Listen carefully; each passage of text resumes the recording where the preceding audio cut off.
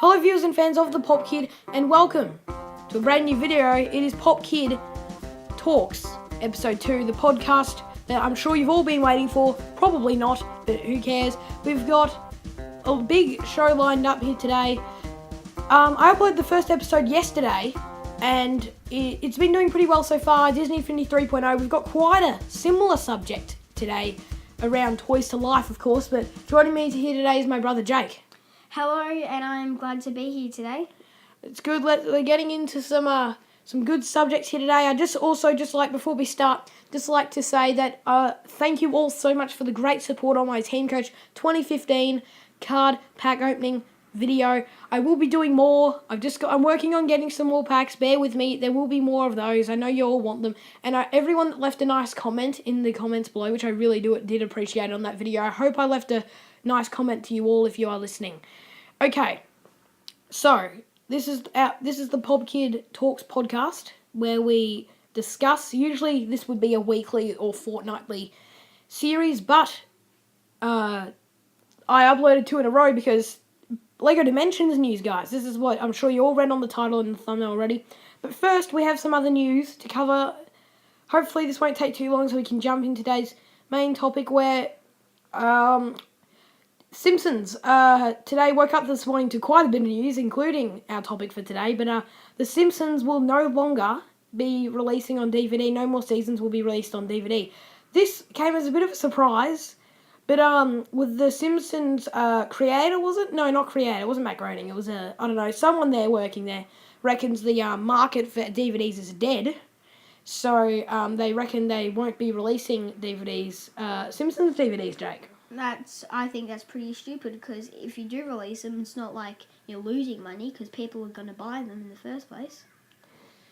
That's true, but they just believe, not a lot of people are, not enough people are purchasing the DVDs, I guess, and that's fair enough, but I guess they didn't make it clear, but I guess that may count for Blu-ray as well.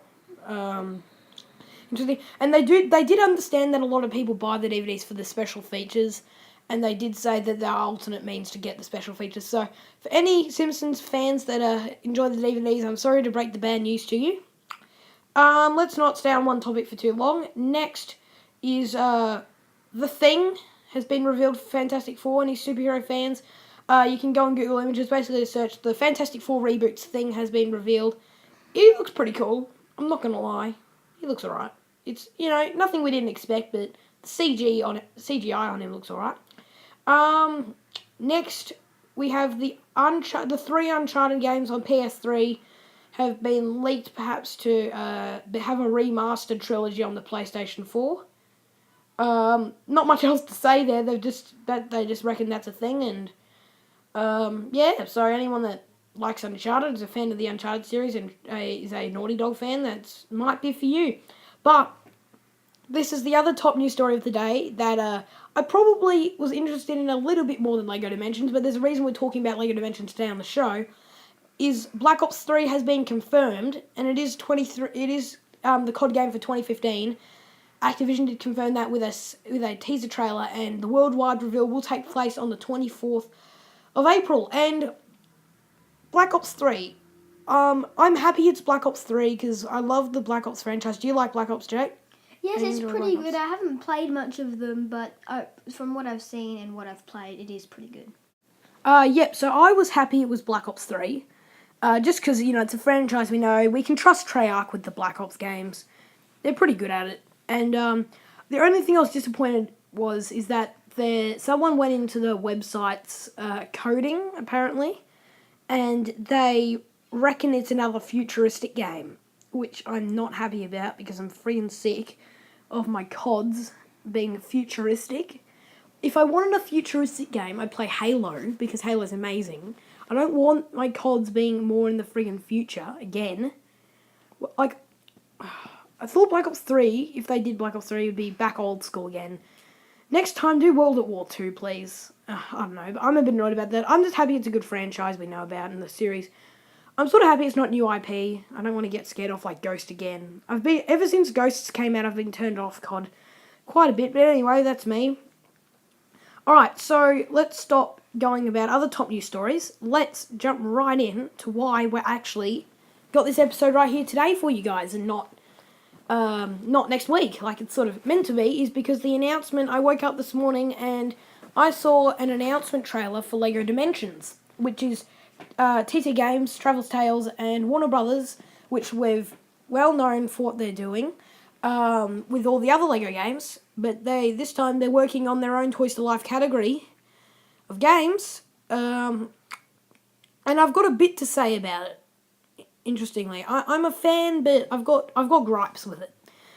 So first, the platforms. It's releasing on September 28th, 2015. I live in Australia, guys, so the release dates may vary. I'm not sure how the release dates vary everywhere else. We live in Australia. Yeah, so the platforms. It's coming PS4, Xbox One, 360, PS3, and Wii U. So that pretty much covers everything, except, of course, portables, which, it doesn't matter, which is a bit difficult, I assume, for Toys to Life. So it's the starter pack. The starter pack includes Batman, Gandalf, Wildstyle, the Batmobile, the actual toy pad, they're calling it, the Lego toy pad, and then the bricks to build the Lego Gateway, which is basically just makes the toy pad look fabulous, like it's actually a portal. So yeah, I love the idea because it's Lego. Lego's amazing.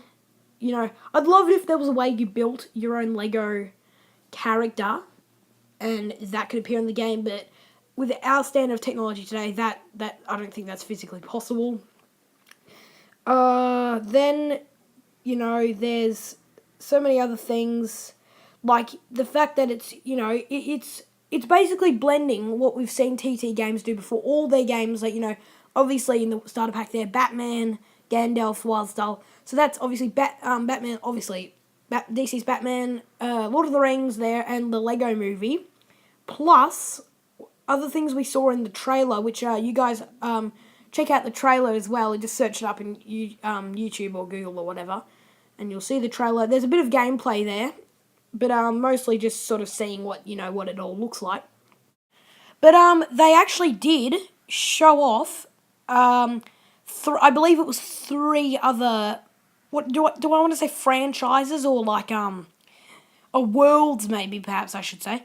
That are going to appear in the game through like other means, whether it's expansion packs or actually just worlds be in the game. They showed off the Wizard of Oz, which is surprising, to be honest. We haven't seen any connection between Lego and Wizard of Oz at all, let alone TT Games. What else was there? There were obviously the ones I mentioned before, DC and the rest. There was Lego Ninjago. That's not a huge surprise, considering I believe it is quite popular, even though I've got almost zero idea what the hell it is. But apparently, I'm pretty sure it's fairly popular. And also Back to the Future, which is also surprising, considering they also have had zero relationship with Lego before. But that one was a bit less surprising than if I had to rate them on a surprising scale, a bit less surprising than Wizard of Oz. But before I go in with opinions and a bit of speculation, I'll read out the summary here of basically perhaps a bit of a storyline and gameplay synopsis, perhaps.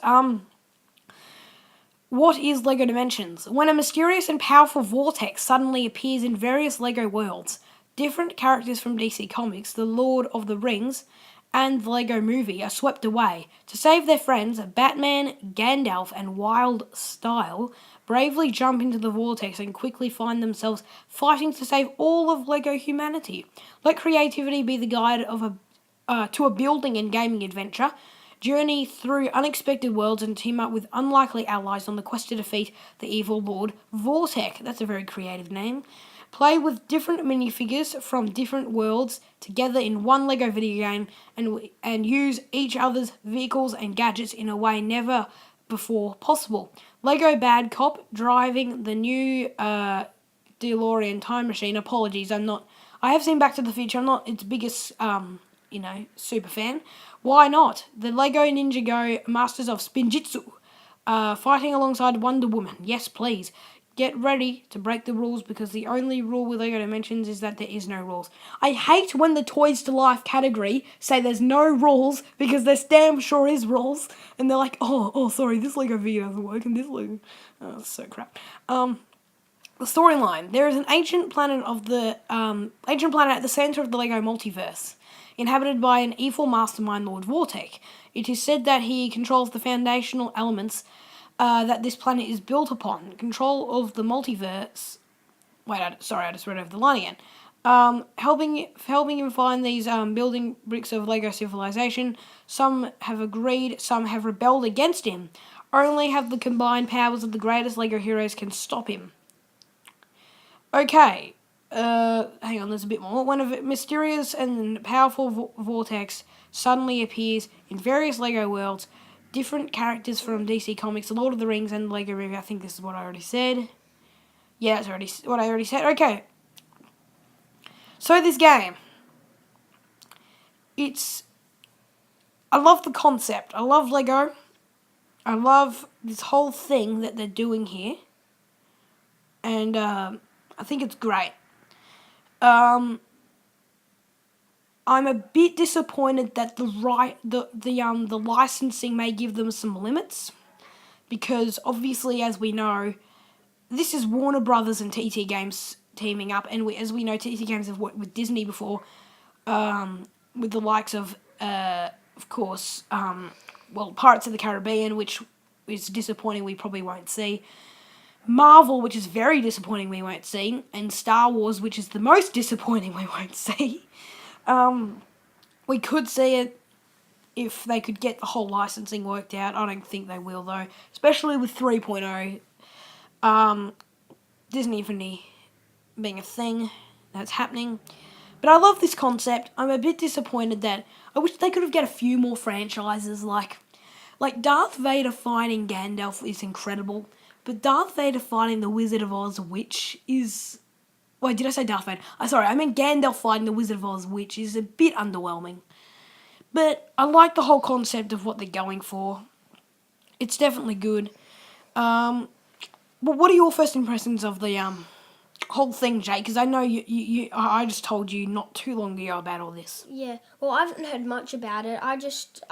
As soon as you told me about it, I thought it sort of came to my mind, as you said, Skylanders and also Amiibo, because you're just placing figures onto a pad that goes into the game.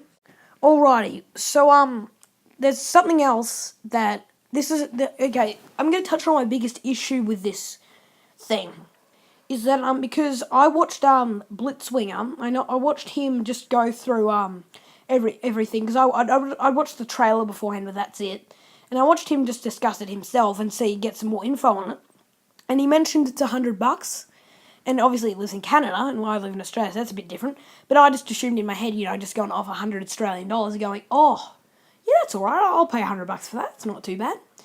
And then, of course, I check eBay Games' website for this information now for this podcast, and it's $169.95 Australian dollars. And I'm thinking to myself, what the friggin' hell? $170? That's a huge investment for kids if they're buying with their own pocket money. For parents, that's a huge investment. That's a ridiculous investment, to be honest. Oh, that still blows my mind. I understand that, it's Lego, and Lego is dear. Like, Lego is quite expensive. But I can't quite get my grips around why $170 for the game, the platform, and Lego. I don't quite understand it. When Infinity and Trap Team are usually around $80. I do understand, and I do know that they have promised to support this platform. This won't be a thing getting annual releases, but they have said they're going to support this platform for as long as they can through other packs and other means. So obviously buying figures separately, which I'm going to touch on, of course, in a second. But which does make sense, of course, why it is quite expensive, but then the packs aren't a lot better as far as pricing goes either. So just to explain, the way they're working it is there's level. This is working my way down the scale as well. So level packs, team packs, and fun packs. A level pack is essentially there's only been one announced so far, and it's Back to the Future. And it's essentially you get a let's see what you get. So you get a Marty McFly minifigure, you get the hoverboard and the DeLorean time machine, and so I believe that basically gets you like this sort of hub world or the level in Back to the Future. Team packs, I believe they basically come with two. There's one team pack I can see here. It's Ninjago, Lego Ninjago, or Ninjago. I don't know how you say it, but that basically comes with two minifigures and either two vehicles or two gadgets. And then fun packs come with one minifigure and one vehicle or gadget.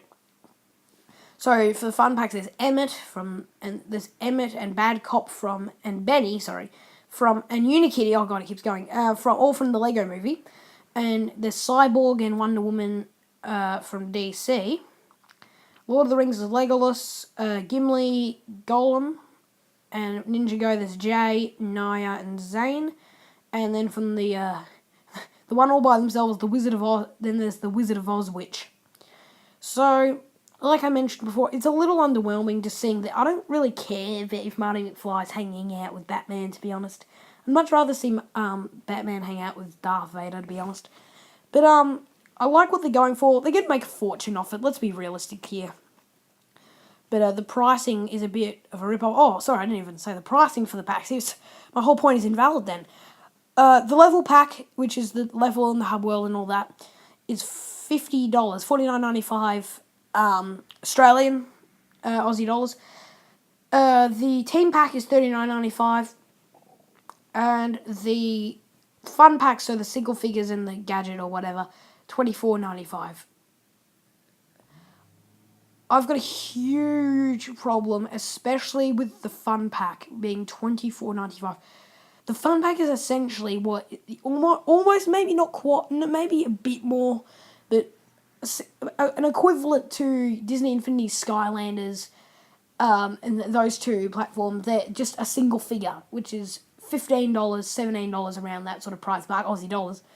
And then these are $25 each. Come on, like Lego's dear, but I buy those Lego minifigure blind packs, and they're $5 each. I don't understand. I understand the tech that goes into it, but wouldn't that add just an extra $5? And maybe the vehicle would add an extra $5. Wouldn't that just make it 15, not 25?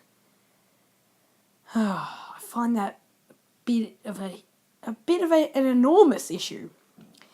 That rests with me. What do you think of the pricing, Jake? Like, would you go out and you knowing how much Lego is, like, spend your money on more of these?